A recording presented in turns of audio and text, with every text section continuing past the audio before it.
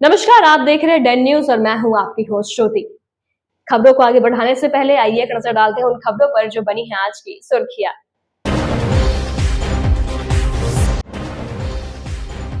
लूट के दौरान सीएसपी संचालक को अपराधियों ने मारी चाकू, घायल स्थिति में अस्पताल में चल रहा इलाज।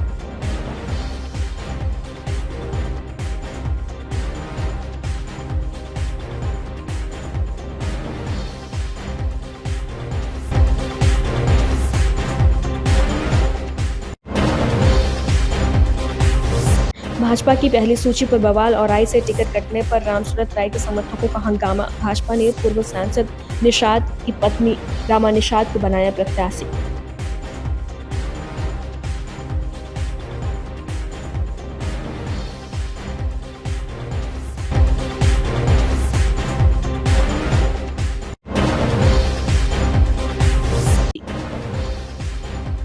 और जनसुराज सही एके दास नहीं, मुजफ्फरपुर नगर सीट से भरा पर्चा, भारी संख्या में कार्यकर्ता रहे मशहूर।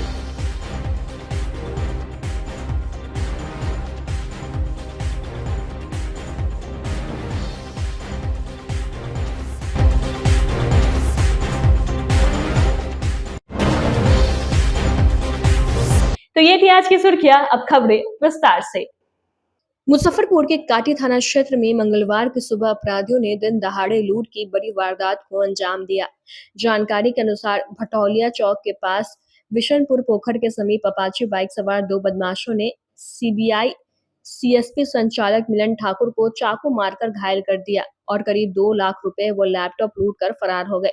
घटना के दौरान बदमाशों से संचालक ने विरोध किया तो पीठ में चाकू से वार कर दिया। घायल मिलन ने किसी तरह मोबाइल से अपने पिता नागा ठाकुर को फोन कर घटना की जानकारी दी, जिसके बाद परिजन मौके पर पहुंचे और उन्हें गंभीर हालत में सदातपुर स्थित एक निजी अस्पताल में भर्ती कराया।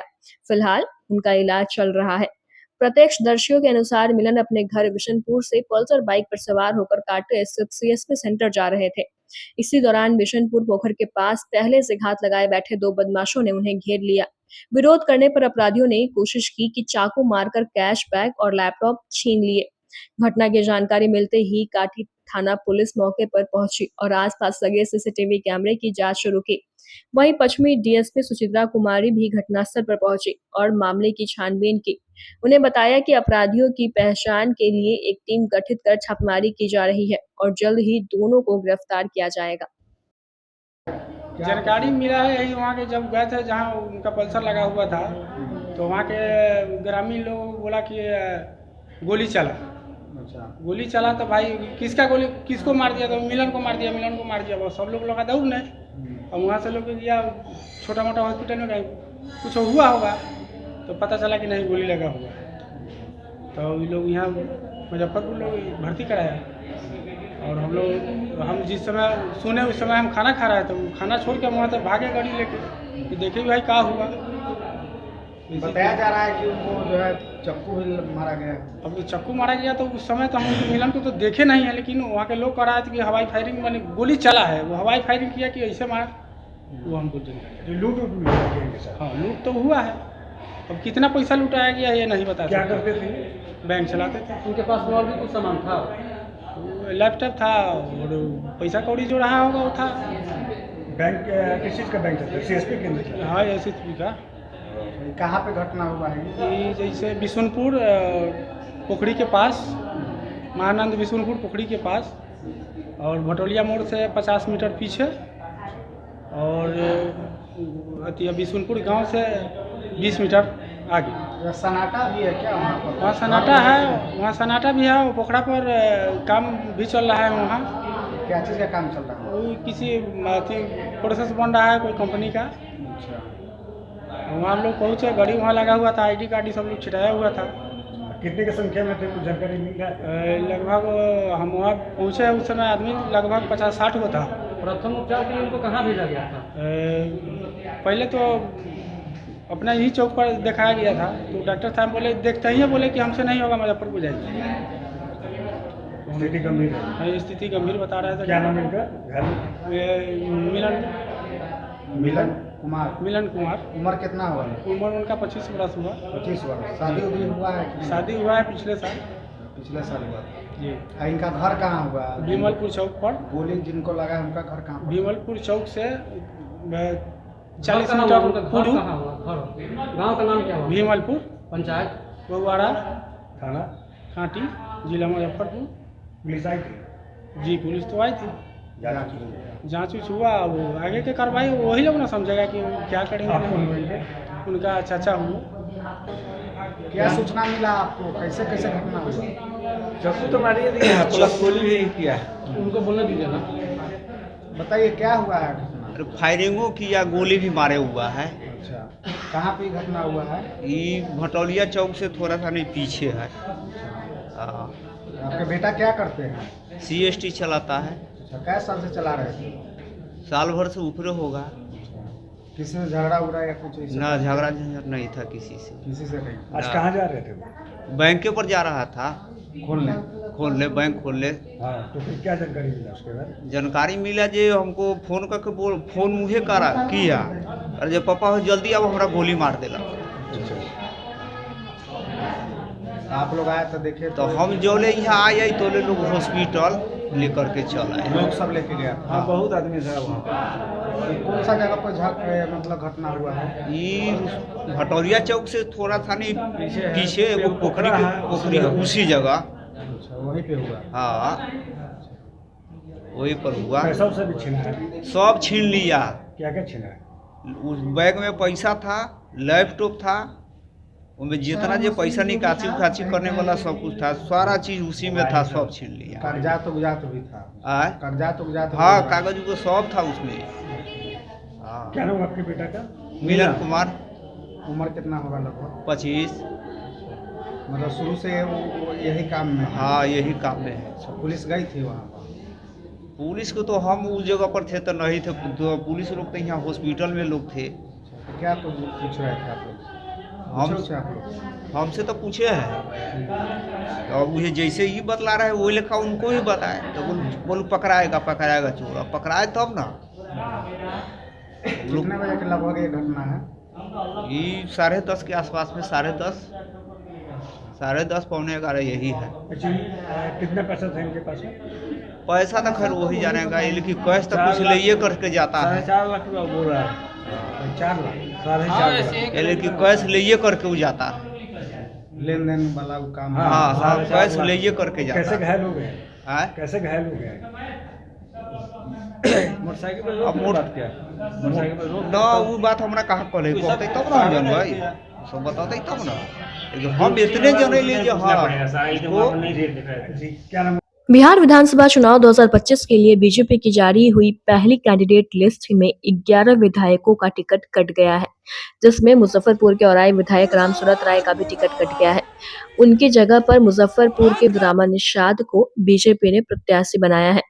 पूर्व मंत्री रामसूरत राय का टिकट कट जाने के बाद समर्थकों ने पटना स्थित भाजपा के प्रदेश कार्यालय पहुंचकर जोरदार प्रदर्शन किया। इस दौरान विधायक समर्थक रामसूरत राय को टिकट दो के नारे लगाते हुए पार्टी नेतृत्व से फैसले पर पुनर्विचार की मांग कर रहे हैं। रामसूरत राय ने सोशल मीडिया पर एक लंबा पोस्ट लिखकर अपनी नाराजगी जाहिर की है। उन्होंने कहा कि 2020 के विधानसभा चुनाव में उन्होंने 48,000 से अधिक मतों से जीत हासिल की थी, जो बिहार में सबसे बड़ा अंतर था। अपने 5 साल के कार्यकाल में उन्होंने औराई में सड़कों, पुलों और बिजली के क्षेत्र में उल्लेखनीय विकास कार्य किए हैं। बावजूद इसके उनका टिकट काटकर अजय निषाद की पत्नी को दे दिया गया है, जो 2024 लोकसभा चुनाव में कांग्रेस के टिकट पर लड़ी और हार गई। रामसूरत राय ने कहा कि ऐसे अवसरवादी नेताओं को बढ़ावा देना बीजेपी के समर्पित कार्यकर्ताओं के लिए निराशाजनक है।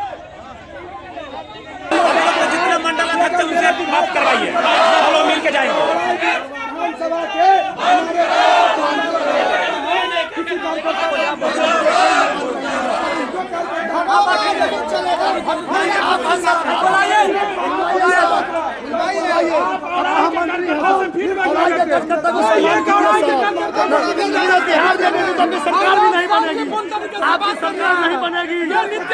बिहार बीजेपी कैलाश बाबू के बीजेपी को डुबा देगा। बीजेपी को डुबा देगा। 6 करोड़ में टिकट बेचा। अजय निषाद के पति रामा निषाद को दे दिया गया है। उनको हटाइए। पढ़ाई के विकास नहीं हम लोग 6 विधानसभा हरा के भेजेंगे।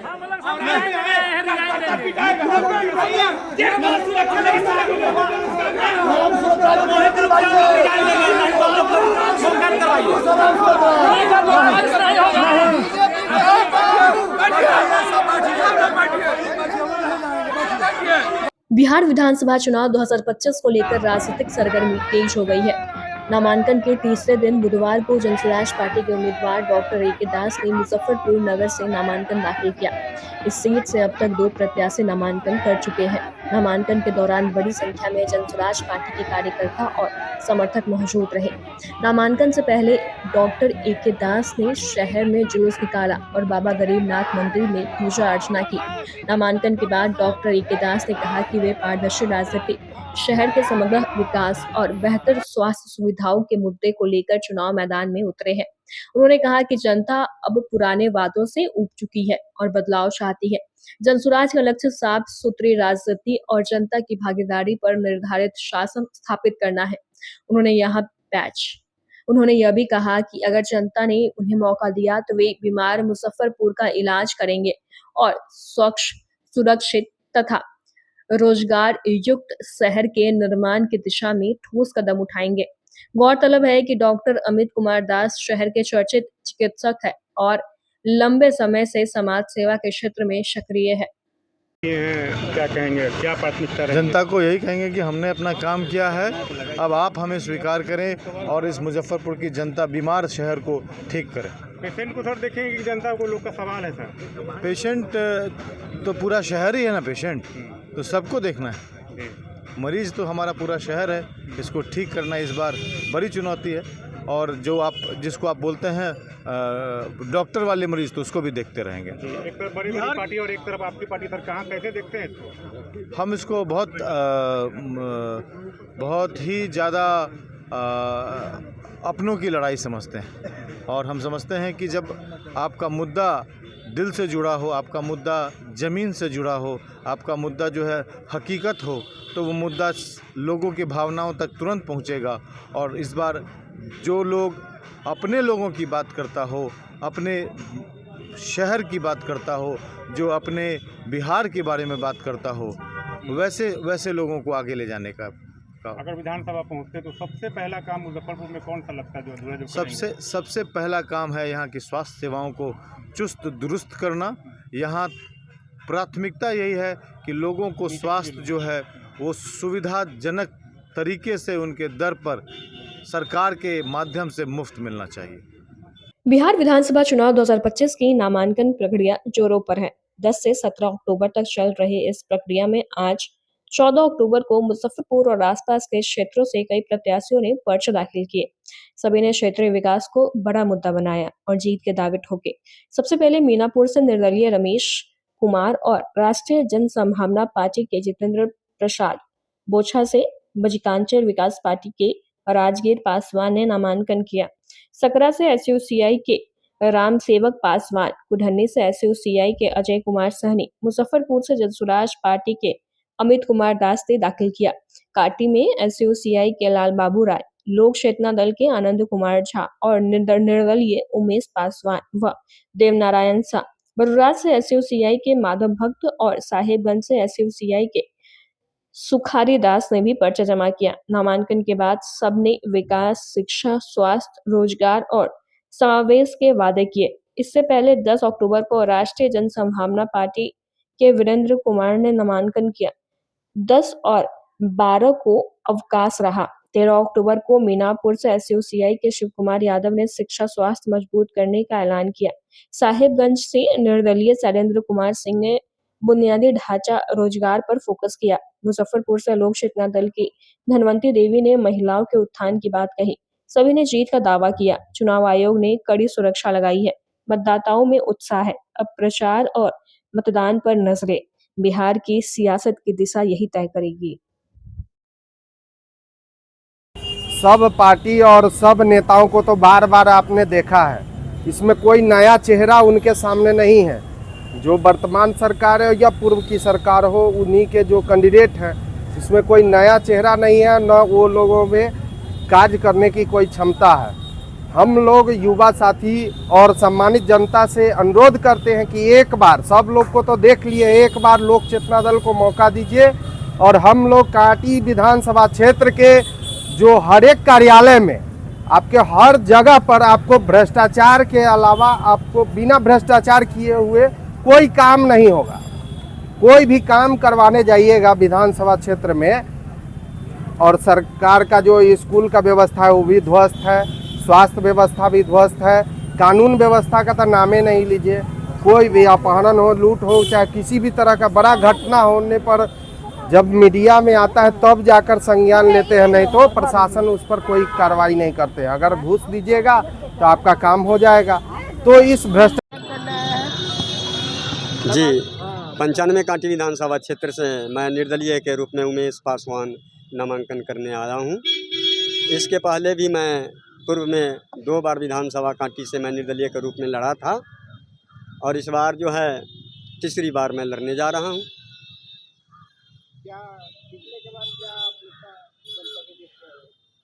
जीतने के बाद हमारी जीत अगर होती है तो कांटी विधानसभा क्षेत्र के जितने गरीब गुरबा हैं जो अपने बेटी के शादी करने लायक नहीं हैं, उनकी बेटिया के शादी उमेश पासवान कराएगा।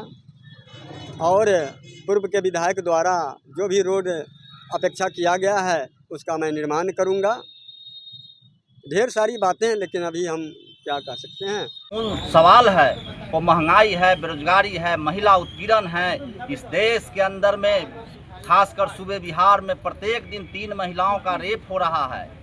वो 38,000 महिलाएं 3 साल में बिहार से वो किडनैप करके दूसरे जगह उसको बेच दिया गया। ये सब कौन कर रहा है? यही सत्ता में बैठे हुए लोग कर रहे हैं। आज सूबे बिहार पूरे देश के अंदर में शिक्षा के क्षेत्र में 36वें स्थान पर है, सबसे निचले पायदान पर है। ये तमाम नेता विकास की बात करते हैं। कांटी से नामांकन किए, क्या कुछ आपका मुद्दा है ये बताइए। इसलिए ये जो महंगाई है, बेरोजगारी है, भ्रष्टाचार है, पलायन है, इसके खिलाफ जन आंदोलन निर्मित करने के उद्देश्य से हमारी पार्टी सूबे बिहार में 40 सीटों पर चुनाव लड़ रही है और मुजफ्फरपुर जिला में हम लोग 8 सीट पर चुनाव लड़ रहे हैं, जिसमें कांटी, कुरहन्नी, साहेबगंज, पारू, सकरा, नगर, बलुराज और मीनापुर। आपका मुद्दा है, विधानसभा के लोग आप पर विश्वास क्यों करेंगे और कैसे करेंगे? देखिए, अभी तक जितनी भी पार्टी सरकार में आई है, तमाम पार्टियां पूंजीपतियों की हिफाजत की है। आज तेजस्वी यादव कह रहे हैं कि प्रत्येक परिवार को नौकरी देंगे। जिस कांग्रेस ने बिहार के अंदर में 14 चीनी मिलों को खोला था, उत्तर बिहार को चीनी का कटोरा कहा जाने वाला, उसी कांग्रेस के शासनकाल में चीनी मिल बंद होना शुरू हो गया। बची खुची चीनी मिल लालू यादव ने बंद किया और आज लालू यादव का बेटा कहता है कि हम बिहार में हर परिवार को एक नौकरी देंगे। कहां से नौकरी देगा जहां नौकरी का अवसर ही खत्म हो रहा है। क्या विकास होगा कांटी का ये? हम महंगाई, बेरोजगारी, भ्रष्टाचार के खिलाफ जन आंदोलन तेज करेंगे, जनता की आवाज को बुलंद करेंगे और सरकार को नाको दम कर देंगे, सरकार को विवश करेंगे कि इस देश में और सूबे बिहार में जितनी चीनी मिले, अशोक पेपर मिल कारखाना बंद है, सिंदरी में यूरिया का कारखाना बंद है, तमाम उद्योग धंधा को तुम चालू करो और 1 रुपये प्रति एकड़ जो अडानी को तुम जमीन दे रहे हो, तुम खुद अपना कारखाना लगाओ, अपना बिजली उत्पादन करो और सस्ते दर पर आम जनता को बिजली दो। पूंजीपतियों की हिमायती क्यों कर रहे हो? वक्त हो चला है एक छोटे से ब्रेक का। ब्रेक के बाद तुरंत हाजिर होते हैं। तब तक के लिए बने रहिए हमारे साथ और देखते रहिए Den News. Class 1 facilities and service in Muzaffarpur. Hotel 5 star in Madipur main road Muzaffarpur. एक से बढ़कर एक कमरे, आधुनिक लुक, बेहतरीन सुविधा और सेवा। छोटे बड़े किसी भी तरह के आयोजन के लिए 5 स्टार बैंक्वेट हॉल, पार्किंग की समुचित व्यवस्था, रेस्टोरेंट भी सबसे अलग 20% डिस्काउंट के साथ स्वादिष्ट व्यंजनों का अनोखा संगम। 5 star restaurant, Madipur main road Muzaffarpur.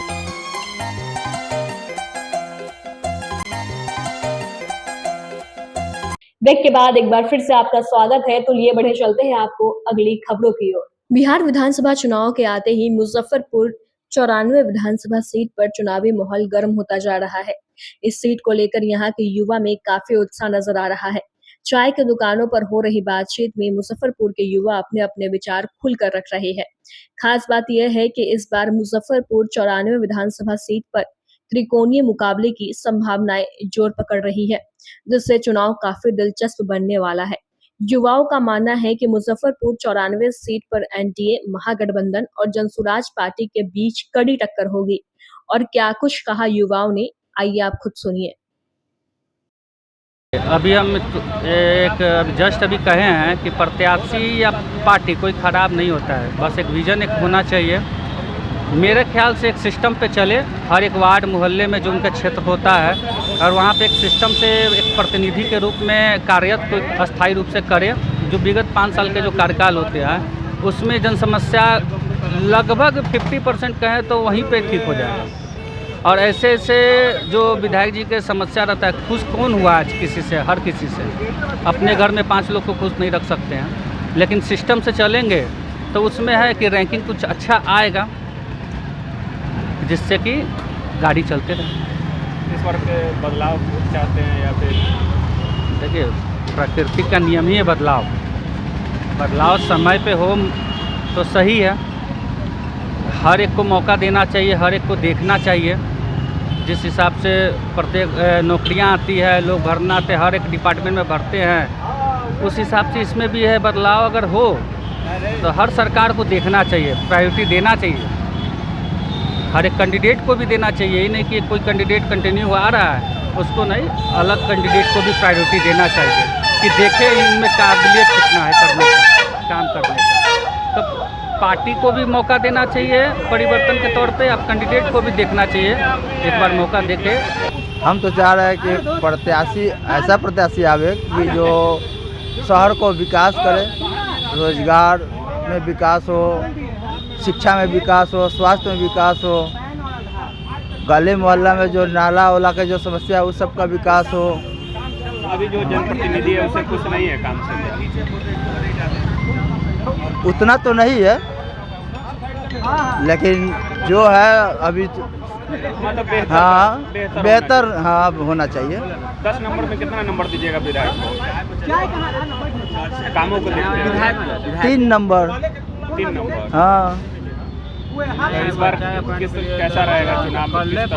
कीजिएगा वोटिंग का क्या रहेगा मुद्दा कि वोट कीजिएगा सोचकर? वोट तो इस बार बहुत सोच कर ही दिया जाएगा। जो काम करेगा विकास के लिए उसी को वोट दिया जाएगा। इस बार एक नया पार्टी भी है, तो वो किस तरह देख रहा है? नया पार्टी है, नया पार्टी आया है तो देखेंगे, उसको सोचेंगे। इतना ही चाहते हैं कि जो भी प्रत्याशी आए यहाँ पर चुनकर हमारे सौभाग्य से आए कि इस शहर का विकास इस ढंग से हो जो कागजी रूप में ना हो, प्रत्यक्ष रूप में हो। अब तक न शहर का विकास हुआ, हम तो कहेंगे कि पूरे बिहार का जो विकास हुआ है वो कागजी ज़्यादा है और विकास कम है। तो कागजी रूप में विकास नहीं हो, शिक्षा का, व्यापार में जो इतना बेरोजगारी है उसको खत्म करने का व्यवस्था किया जाए, शिक्षा में, स्वास्थ्य में, ये सब कागजी रूप में बहुत ज़्यादा हुआ है और प्रत्यक्ष रूप में बहुत कम। हम लोग ऐसा ही चाहेंगे कि प्रत्याशी ऐसे आएँ जो इन सब पर पूर्ण रूप से ध्यान दें। जो अभी विधायक है उनको कितना नंबर दीजिएगा 10 में से? जी, विधायक तो कोशिश करते हैं उनको फंड उस ढंग से, जी फंड की बात है कि अगर फंड आता है उसका यूज इस बार ठीक है बता रहे हैं भैया, इस बार थोड़ा अस्वस्थ थे तो थोड़ा काम कम किए हैं, तो उनको 10 में से हम उनको 4.5 नंबर दे देंगे। प्रत्याशी जो काम करने वाला हो, पूरा देखने वाला हो, सबको मदद करने वाला हो, वैसा प्रत्याशी होना चाहिए। इस बार जो एक नया पार्टी भी आया उसको किस प्रकार से करें? अभी कहना मुश्किल है, त्रिशंकु है, अब कौन जीतेगा पता करना बड़ा कठिन है। प्रत्याशी में कुछ गुण होना चाहिए। प्रत्याशी में गुण तो अब क्लियर किसी का टिकट हुआ नहीं, एक टिकट हुआ है AK दास का। अब AK दास का अगर सही से काम करेंगे तो भी अच्छा कर सकते हैं। वर्तमान विधायक है उसको 10 में से कितना नंबर दीजिएगा? उनको टिकट मिला है क्या? 10 में से कितना नंबर दीजिएगा उनका काम पे? उनका काम के लिए तो 50% देंगे, 10 है तो 5 देंगे उनको। देखिए, प्रत्याशी वैसा होना चाहिए जो कि शहर का विकास करे, सर्वांगीण विकास करे। ये नहीं कि एक क्षेत्र में विकास हो दूसरे क्षेत्र में नहीं हो। जैसे शिक्षा है, स्वास्थ्य है, पेयजल है, वगैरह वगैरह पर अच्छा से ये करे।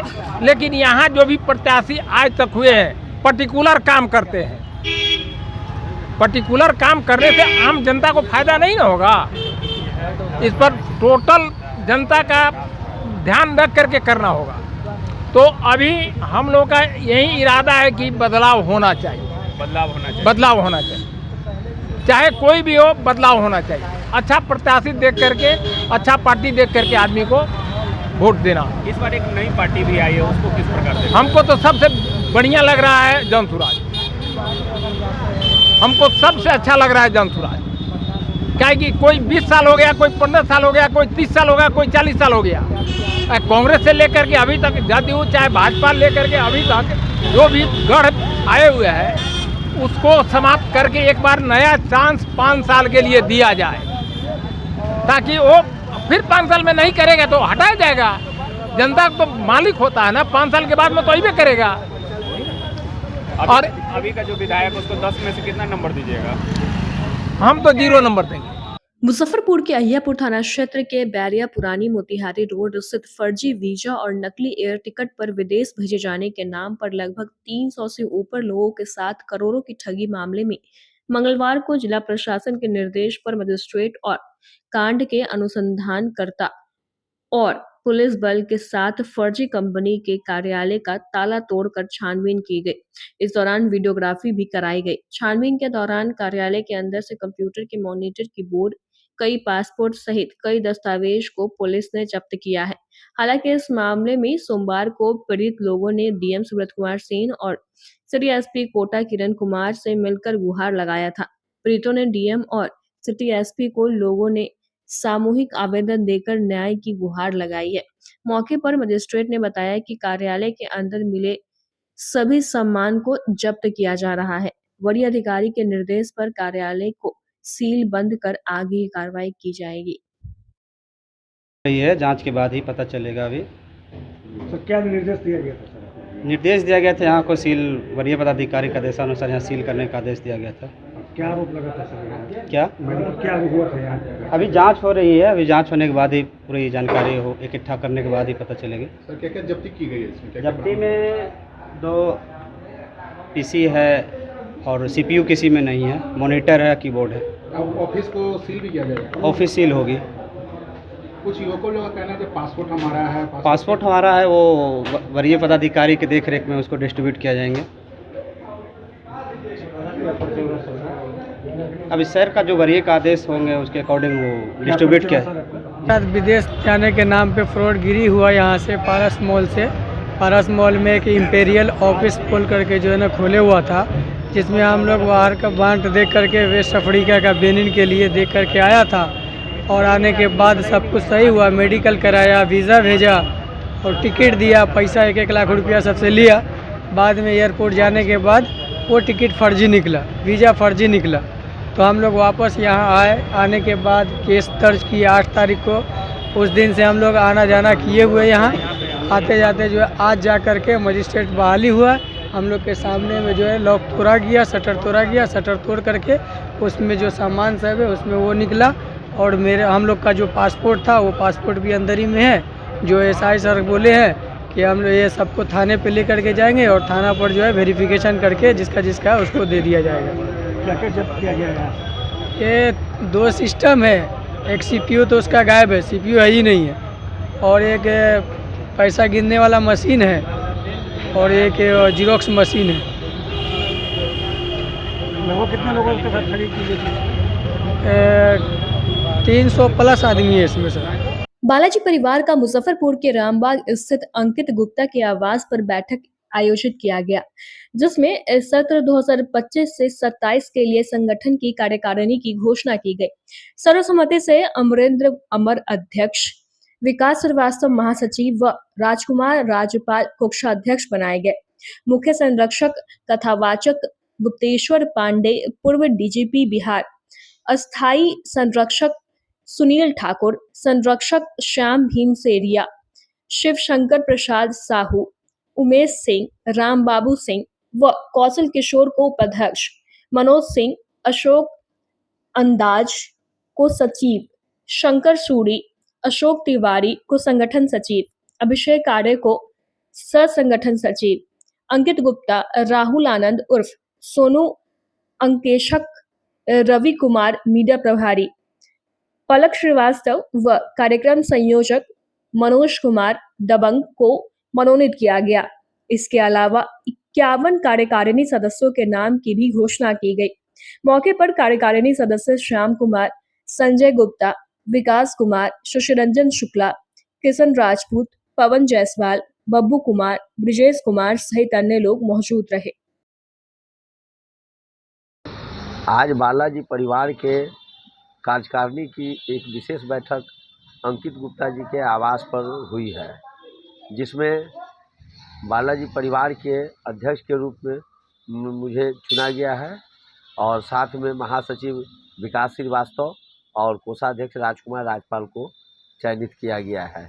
इस अवसर पर हमारे मुख्य संरक्षक श्री कथावाचक श्री गुप्तेश्वर पांडे जी, पूर्व डीजीपी हमारे मुख्य संरक्षक हैं, और अस्थाई संरक्षक सुनील कुमार ठाकुर, हमारे गार्जियन श्याम भीमसेरिया जी, शिवशंकर प्रसाद साहू राजू जी एवं कौशल किशोर जी, उमेश सिंह और राम बाबू जी को संरक्षक बनाया गया है और 51 सदस्यीय कार्यकारिणी की गठन की गई है, जिसमें सभी सदस्यों को उनको नियुक्ति पत्र मतलब दिया गया है और नए तरीके से काम करने के लिए प्रेषित किया गया है। आगे बालाजी परिवार अपने नए संरचना के साथ लोगों के बीच में उतरने जा रही है। बालाजी परिवार धार्मिक सावन में जो सेवा करती थी उसके साथ सालों भर भी सेवा करते हुए आई है। इसमें हम सरकार के द्वारा चलाए गए योजनाओं को आम जन तक पहुंचाने का काम करेंगे। इस तरीके से बहुत लोगों को योजनाओं का मतलब उनके बारे में जानकारी नहीं होने के कारण उस योजनाओं का लाभ सही से नहीं मिल पाता है। साथ में अभी जिस तरीके से हमारे मतदाता चुनावी माहौल है, तो हम बालाजी परिवार मतदाताओं को अधिक से अधिक जागरूक करके और उन्हें वोट के प्रति मतलब ये करेंगे, एक उनके कर्तव्य को उनको एहसास कराएंगे। इस तरीके का काम भी बालाजी परिवार करने का काम करेगा। साथ में विशेषकर शिक्षा के तहत हम लोग बच्चे को निःशुल्क कोचिंग देने के साथ साथ बच्चे को प्रतियोगिता के लिए प्रेरित करना और उसमें एक संरचना पैदा करना कि उसमें बच्चे को मतलब जो है ये प्रतियोगिता का भाव उसमें अभी से आवे।